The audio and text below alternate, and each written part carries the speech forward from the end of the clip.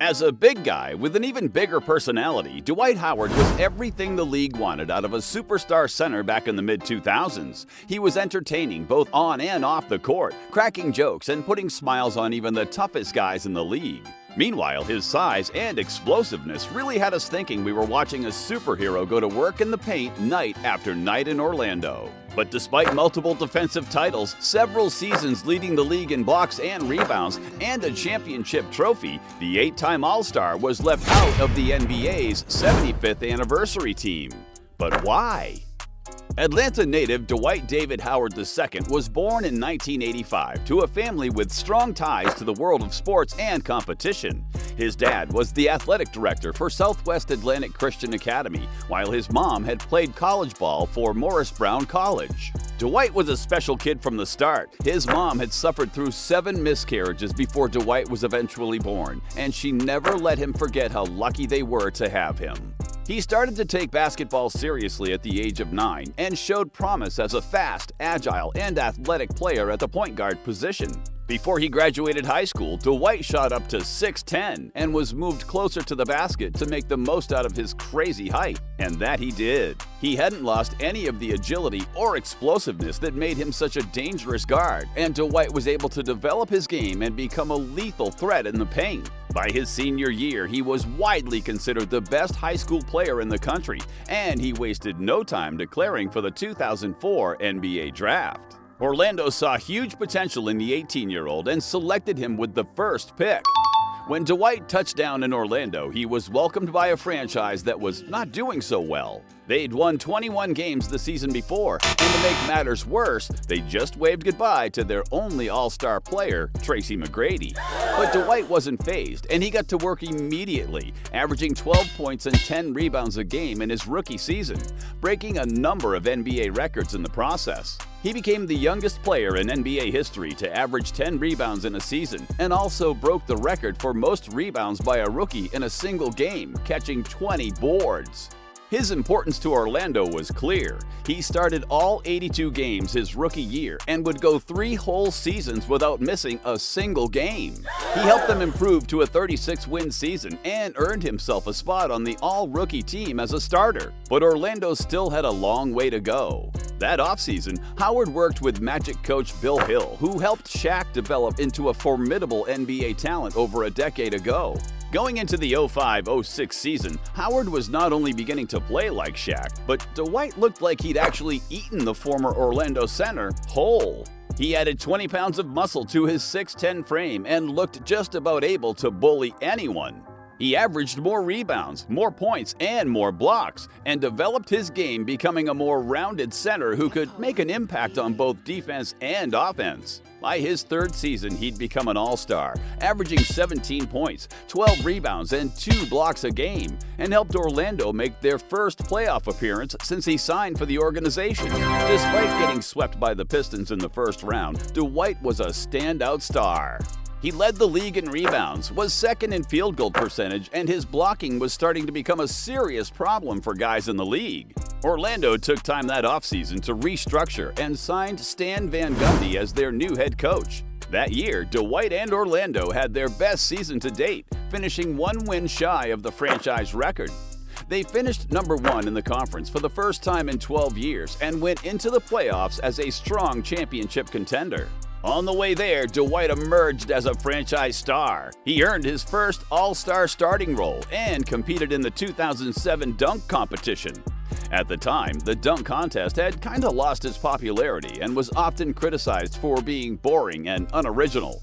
But Dwight changed that. He put on a showcase, performing for the crowd and giving us a taste of his infectious personality. Tying a red cape on his back and throwing down a monster dunk, he earned himself the 2007 Dunk Contest trophy, as well as a new nickname, Superman. Going into the playoffs, Orlando faced Toronto in the first round. Howard put on a dominant performance, allowing the Magic to sail past the Raptors with ease. He tallied 3 20-point, 20-rebound games, and his 91 total rebounds for the series outnumbered the entire Toronto front court.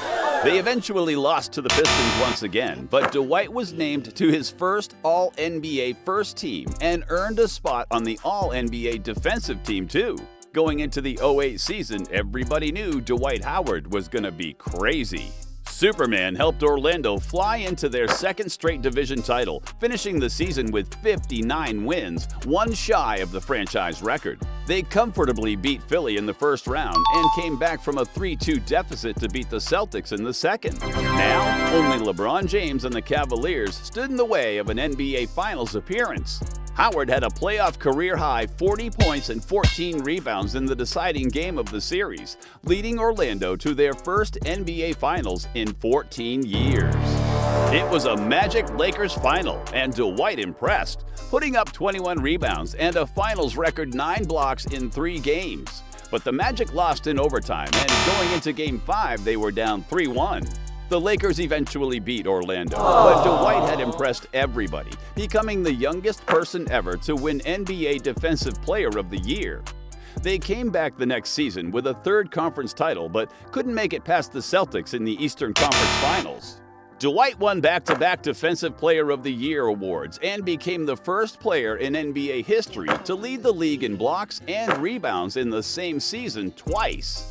Since making his debut 4 years earlier, D12 had grown and developed his game into a well-rounded and dominating center. Balls flying into the second row were a common sight at Orlando Magic games, and Howard earned a reputation for being able to jump against the biggest guys in the league and come out unharmed.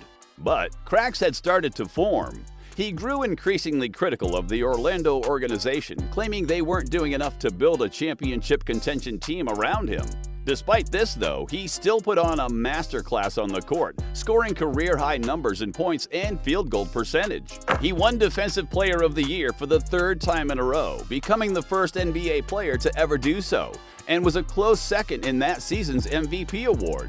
But with another disappointing playoff run, it started to look like Howard wasn't going to be in Orlando for much longer. In 2012, he left the Sunshine State for Cali, trading blue and white for purple and gold. He was part of a doomed Lakers super team that included Steve Nash, Kobe Bryant, and Pau Gasol. Immediately there was friction as Dwight's unserious, playful, and maybe a little immature personality rubbed veterans like Nash and Kobe the wrong way.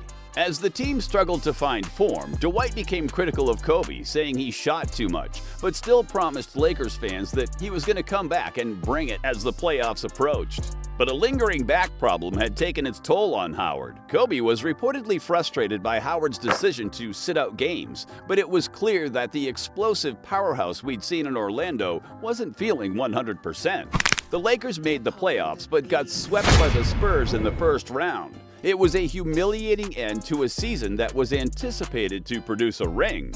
It's probably not a surprise that Dwight left LA in the summer, going to Houston, where he teamed up with James Harden to form a formidable two-man team. Despite recurring injuries, Harden and Dwight took the Rockets all the way to the conference finals, where they lost to Golden State in 5 games. But Harden and Dwight did not get along, and the friction eventually led Howard to leave Houston, where he bounced around the league, unable to find a home.